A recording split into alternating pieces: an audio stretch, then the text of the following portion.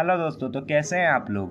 तो आज हम क्लास 11th का फर्स्ट चैप्टर जो कि बहुत ही इम्पोर्टेंट है और इसे आप 11th क्लास का बेस भी मान सकते हो, क्योंकि अगर आपका ये चैप्टर अच्छे तरह से क्लियर नहीं है तो आपको आगे कोई भी चैप्टर समझने में बहुत सारी परेशानी आएगी। इसका यूज़ बहुत सारे चैप्टर्स में आता है, जैसे ज्योमेट्री हो गया, सीक्वेंस एंड सीरीज हो गया, प्रोबेबिलिटी हो गया। इन सारे चैप्टर्स में सेट का यूज़ आता है, तो आपको इसे बहुत ही ध्यान से पढ़ना है, ठीक है। अब देखो सेट आखिर होता क्या है। What is set? A set is a well defined collection of objects. देखो, जब आप किसी ऑब्जेक्ट का एक कलेक्शन बनाते हो तो वो अगर एक वेल डिफाइंड फॉर्म में है, एक एक्सप्लेन्ड फॉर्म में है, तो हम उसे एक सेट बोलेंगे। जिसे आप एक ईयर में जितने भी मंथ होते हैं आप सभी का एक कलेक्शन बनाते हो, जनवरी, फरवरी, मार्च, अप्रैल, मई, जून से करके दिसंबर तक। तो एक वेल डिफाइंड है, मतलब एक प्रॉपर कलेक्शन है, एक एक्सप्लेन्ड वे में है, तो उसे हम एक सेट बोलेंगे, ठीक है। आप देखो, हम एक एग्जांपल से समझते हैं। जैसे एग्जांपल में collection of all players in Indian cricket team, मैंने यहाँ शॉर्ट फॉर्म में लिखा है। तो इसमें एक प्रॉपर वे में हम कलेक्शन बना सकते हैं। विराट कोहली और कई सारे प्लेयर हैं, तो हम सभी का एक कलेक्शन बना देंगे, ठीक है। तो वो एक प्रॉपर सेट होगा। आप किसी दूसरे बंदे को बोलोगे कि भैया आप इंडियन क्रिकेट टीम में जितने भी प्लेयर्स हैं उन सबका एक सेट बना दो, तो भी एक सेम सेट बनाएगा, तो उसे हम एक प्रॉपर सेट बोलेंगे, मतलब एक सेट बोलेंगे उसको, ठीक है।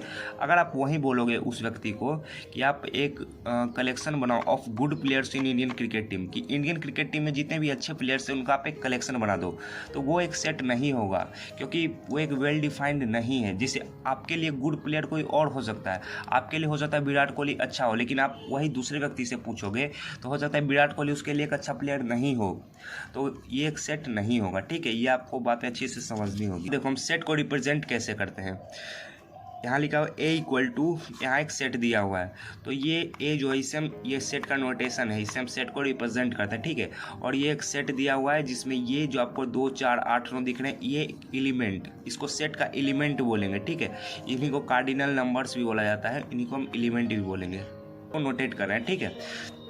जैसे देखो, ये सारे आपको दिखे 2, 4, 8, 9, ये सब वो क्या है, एलिमेंट्स ऑफ सेट। ये एक सेट है और ये 2, 4, 8, 9 जो आपको दिया हुआ है सेट के एलिमेंट्स है। और जैसे ये कितने नंबर से, देखो 1, 2, 3, 4, तो 4 है, तो इनके कार्डिनल नंबर जैसे 4 है ना, तो 4 को हम बोलेंगे इस सेट का कार्डिनल नंबर 4 है, ठीक है। कार्डिनल नंबर से हम बोलते हैं। जैसे इसमें अगर 5 एलिमेंट रहता तो हम बोलते हैं इस सेट का कार्डिनल नंबर 5 है, 5 कार्डिनल नंबर, ठीक है।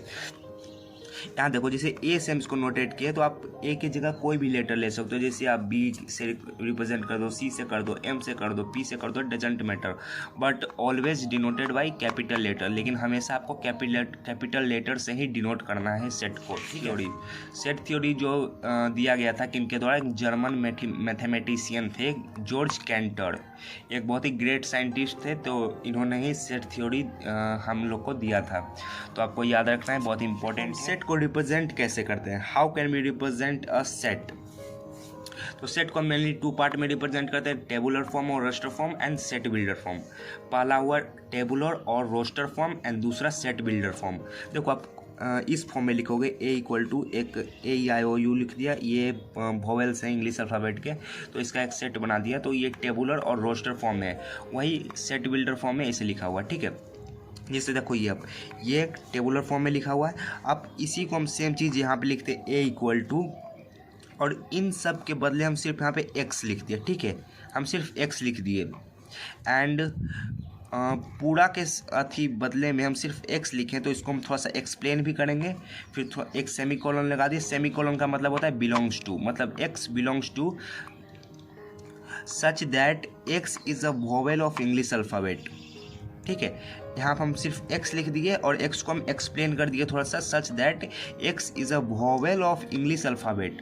तो इसी फॉर्म को हम बोलते हैं सेट बिल्डर फॉर्म, ठीक है। यहाँ देखो, डिफरेंट टाइप ऑफ सेट्स के लिए डिफरेंट टाइप ऑफ नोटेशन है। जैसे एन के लिए हमने बना लिया है ताकि हमें क्वेश्चन सॉल्विंग वगैरह में आसानी हो। जैसे आपको कहीं पे एन दिया हुआ है तो आप समझ जाना कि set of all natural number को रिप्रेजेंट करता है। जैसे जेड है तो Z is a set of all integers.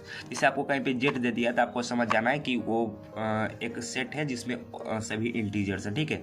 जैसे क्यू है set of all rational numbers, R set of all real numbers, W set of all whole numbers, O set of all odd numbers, यहाँ पे देखो एक important representation, इस तरह से हम रिप्रेजेंट करते हैं, बिलोंग्स टू और एन एलिमेंट ऑफ। ये होता है बिलोंग्स टू, इसका किसका साइन है, बिलोंग्स टू और एन एलिमेंट ऑफ। और यही लिखिए, अगर हम इसे काट दें तो होता है नॉट बिलोंग्स टू और नॉट एन एलिमेंट ऑफ। जिसे आप देखो एग्जाम्पल से समझते हैं, कोई हमको सेट दे दिया है ए इक्वल टू 1 2 3 4। अब 4 बिलोंग्स टू ए, जिसे देखो आप इसमें 4 है, यानी 4 ए सेट में बिलोंग करता है, यानी 4 बिलोंग्स टू ए, वही ये साइन है बिलोंग्स टू।